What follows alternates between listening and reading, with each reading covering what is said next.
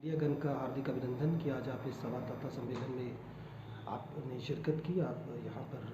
पधारे, आपने समय दिया हमें। किसी भी लोकतंत्र में जब डेमोक्रेसी के अंदर अगर हम गहनतापूर्वक देखें तो विपक्ष की जो भूमिका है वो सकारात्मक होना बहुत ज़रूरी है। एक हेल्दी अपोजिशन का किसी भी डेमोक्रेसी के लिए, यहाँ तक मुझे लगता है, वो एक पहली ज़रूरत है किसी भी लोकतांत्रिक ढांचे की। और जहाँ तक आम आदमी पार्टी का सवाल है या इस पार्टी का जो ट्रैक रिकॉर्ड रहा है, अगर आप उसे देखें तो आज तक जितने भी मुद्दे आम आदमी पार्टी ने राष्ट्रीय स्तर पर या अलग अलग राज्य स्तरों पर उठाए हैं,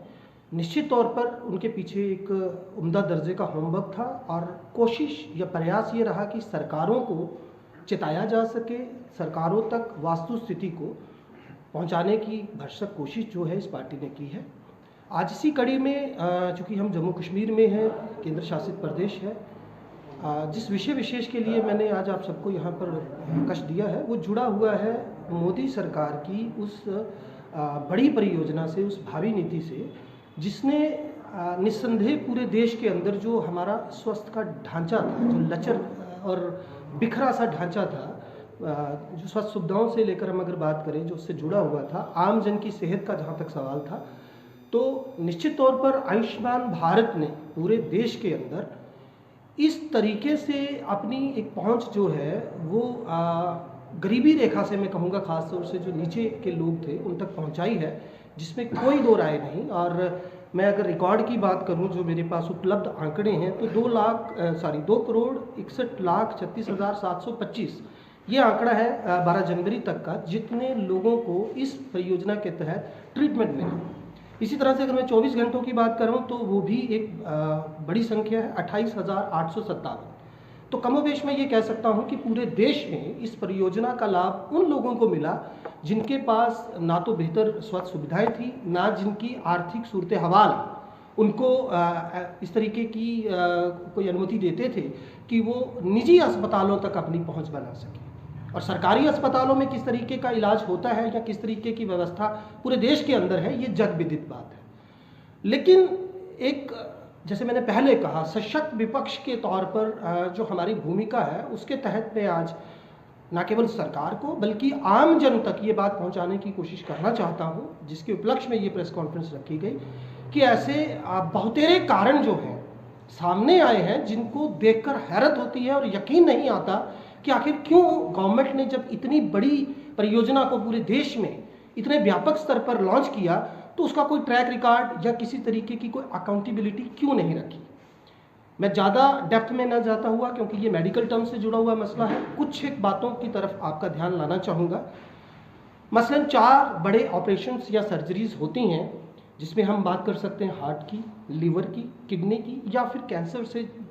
जो ग्रस्त या पीड़ित पेशेंट्स हैं उनकी जो कीमोथेरेपी वगैरह होती है। अब हम इसे देखें कि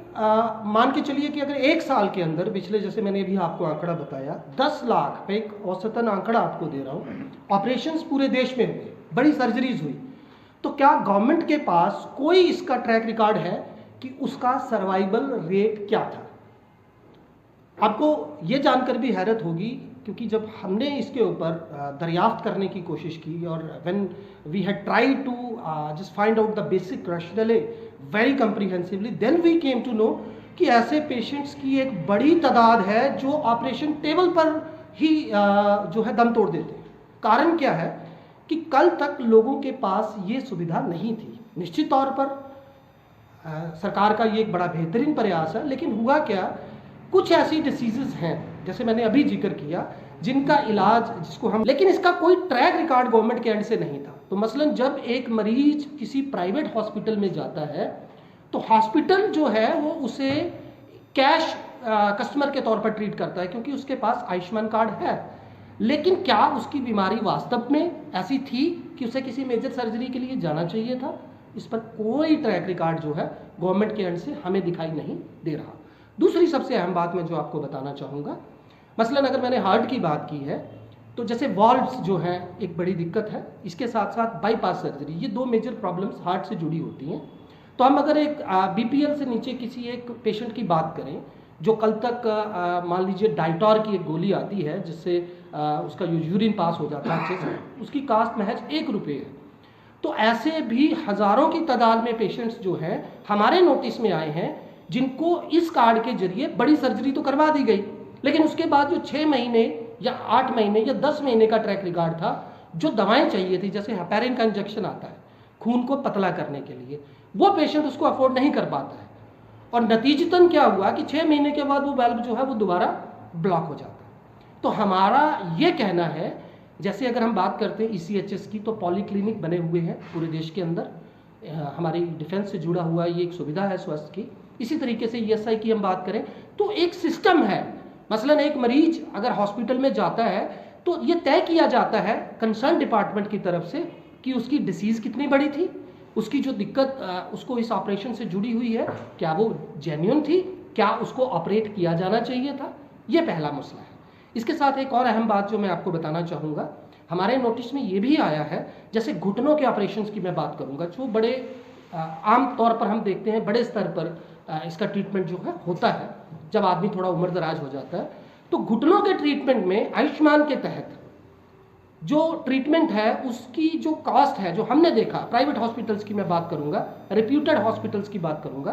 तो वहाँ पर पेशेंट्स को मजबूर किया जा रहा है, चूँकि गवर्नमेंट की तरफ से जो रेट तय किए गए हैं वो उन हॉस्पिटल्स की जो खर्च है उस पर वेरी करते हैं। ऐसे में पेशेंट से अलग से 50,000, 60,000, लाख रुपया तक लिया जा रहा है ताकि आयुष्मान का पैसा और पेशेंट का इंडिविजुअली दिया गया पैसा जोड़कर उस ऑपरेशन को कामयाब बनाया जाए। इसके ऊपर भी गवर्नमेंट का कोई रिकॉर्ड नहीं है, कोई किसी तरीके की कोई अकाउंटेबिलिटी नहीं है। और तीसरी अहम बात जो मैं आपसे डिस्कस करना चाहता था, इसे मेडिकल टर्म में हम जैसे मैंने पहले बताया कॉन्जेनिटल डिसीजेस की, तो it is known as TOF, TOF, which is tetralogy of Fallot. तो आपने देखा होगा बहुत सारे पेशेंट्स को पाँव की नसें फूल जाना एक बड़ी आम बात है। तो ऐसी स्थिति में जब एक ऐसा पेशेंट जिसकी आर्थिक स्थिति अच्छी नहीं थी, उसे जब ये सुविधा मिली